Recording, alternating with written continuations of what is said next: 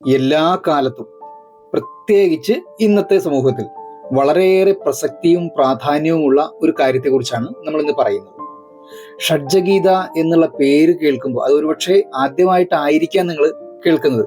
എങ്കിലും ഈ വീഡിയോ മുഴുവൻ കണ്ടു കഴിയുമ്പോൾ ഉറപ്പായും നിങ്ങൾ സ്വയം ചോദിക്കും, ഈ സത്യം എന്തുകൊണ്ട് ഇത്ര നാളായിട്ട് ഞാൻ അറിഞ്ഞില്ല എന്ന്.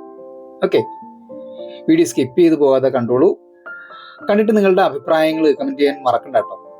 അതിനു മുമ്പായിട്ട് ചാനൽ സബ്സ്ക്രൈബ് ചെയ്യാത്ത സുഹൃത്തുക്കൾ ആരെങ്കിലും ഉണ്ടെന്നുണ്ടെങ്കിൽ ചാനൽ സബ് ചെയ്തുകൊണ്ട് വീഡിയോ കാണാൻ ശ്രദ്ധിക്കും കേട്ടോ. കുരുക്ഷേത്ര ഭൂമി വിജയത്തിന്റെ ശംഖുലികൾ അടങ്ങിയിരിക്കുന്നു.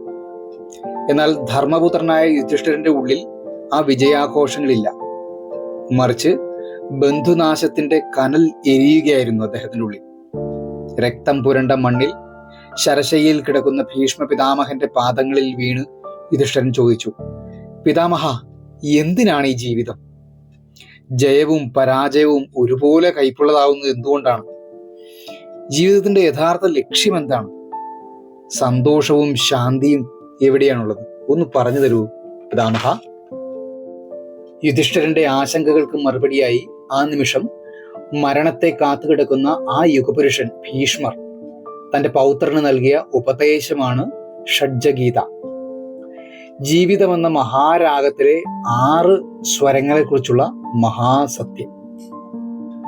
യുധിഷ്ഠിര, മനസ്സിനെ നയിക്കുന്ന 6 ഭാവങ്ങളുണ്ട്. 6 സ്വരങ്ങൾ ചേർന്ന് ഒരു രാഗമുണ്ടാകുന്നത് പോലെ ഈ 6 കാര്യങ്ങൾ ചേരുമ്പോഴാണ് ജീവിതം പൂർണ്ണമാകുന്നത്. ഈ ഷഡ്ജങ്ങളിൽ ആദ്യത്തേത് ധർമ്മം അഥവാ നീതി. ജീവിതത്തിന്റെ അടിത്തറയാണ് ധർമ്മം. ഒരുവൻ ചെയ്യേണ്ട കടമകൾ ശരിയായ രീതിയിൽ ചെയ്യുക എന്നതാണ് ഇതിന്റെ സാരം. രണ്ടാമത്തേത് അർത്ഥം അഥവാ സമ്പത്ത്. ജീവിക്കാൻ ആവശ്യമായ സമ്പത്തും വിഭവങ്ങളും നേടുക, പക്ഷെ അത് ധർമ്മത്തിന്റെ വഴിയിലൂടെ തന്നെ ആയിരിക്കണം. അധാർമികമായി നാം നേടുന്ന പണം നമ്മെ അഴിക്കുള്ളിൽ എത്തിക്കുമെന്ന കാര്യം ഞാൻ പറയാതെ തന്നെ നിങ്ങൾക്കറിയാം. മൂന്നാമത്തേത് കാമം അഥവാ ആഗ്രഹം. ഭൗതിക ജീവിതത്തിലെ ആഗ്രഹങ്ങളുടെയും അഭിനിവേശനങ്ങളുടെയും പൂർത്തീകരണമാണിത്. സ്നേഹം, സന്തോഷം, ആസ്വാദനം ഇവയെല്ലാം ഉൾക്കൊണ്ടു നിൽക്കുന്നതാണ് ഈ ഡിസയർ എന്ന് പറയുന്നത്. നാലാമത്തേതാണ് വിദ്യ അഥവാ അറിവ്. ലോകത്തെയും പ്രകൃതിയെയും കുറിച്ചുള്ള ബാഹ്യമായ അറിവാണിത്. ഈ ഒരു തിരിച്ചറിവില്ലാതെ മുന്നോട്ടു പോക്ക് അസാധ്യം തന്നെയായിരിക്കും. അഞ്ചാമത്തേത് ജ്ഞാനം അഥവാ ആത്മീയമായ അറിവ്. നമ്മൾ നേടിയ വിദ്യയ്ക്കും അപ്പുറം സത്യത്തെ തിരിച്ചറിയുന്ന ഒരു ഉൾക്കാഴ്ചയാണ് ഈ ജ്ഞാനം. അവസാനത്തേതാണ് തപസ് അഥവാ ഏകാഗ്രത.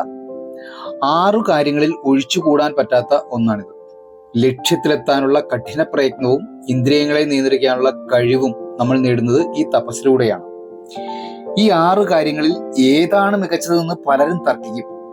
ചിലർ ധർമ്മം മാത്രമാണ് വലുതെന്ന് പറയും, ചിലർ സമ്പത്ത് മതിയെന്ന് കരുതും. എന്നാൽ ഓർക്കുക, ധർമ്മമില്ലാത്ത സമ്പത്ത് പാപമാണ്, അർത്ഥമില്ലാത്ത കാമം ദുർബലവുമാണ്.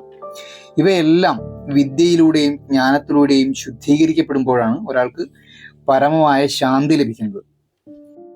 ജീവിതത്തിലെ ജയപരാജയങ്ങൾ താൽക്കാലികമാണെന്നും സ്വന്തം കർമ്മം ആസക്തിയില്ലാതെ ചെയ്യുക എന്നതാണ് ഓരോ മനുഷ്യന്റെയും ധർമ്മമെന്നും പിതാമഹന്റെ വാക്കുകളിൽ നിന്ന് യുധിഷ്ഠിരൻ മനസ്സിലാക്കുന്നു. ഷഡ്ജഗീത നമുക്ക് നൽകുന്ന സന്ദേശവും ഏറ്റവും മികച്ച സന്ദേശം ഇത് തന്നെയാണ്. ലക്ഷ്യങ്ങളല്ല, അവയെ സന്തുലിതമായി കൊണ്ടുപോകുന്ന വഴിയാണ് പ്രധാനമെന്ന് ഇത് നമ്മെ പഠിപ്പിക്കുന്നു. ഏതു കാലത്തും നമ്മുടെ ജീവിതത്തിൽ സ്വാധീനം ചെലുത്തുന്ന മഹാഭാരതത്തിലെ ഇത്തരം ദർശനങ്ങൾ നാം മനസ്സിലാക്കി തന്നെ മുന്നോട്ട് പോകേണ്ടതുണ്ട്. നമ്മുടെ ഭാരതത്തിന്റെ സ്വന്തം ഇതിഹാസമായ മഹാഭാരതത്തെ ആഴത്തിൽ മനസ്സിലാക്കാം, പഠിക്കാം. അപ്പോൾ വരുന്ന വീഡിയോയിൽ നമുക്ക് കണ്ടുകൊണ്ടേയിരിക്കാം, മഹാഭാരത കഥകൾ കേട്ടുകൊണ്ടേയിരിക്കാം. നമസ്കാരം.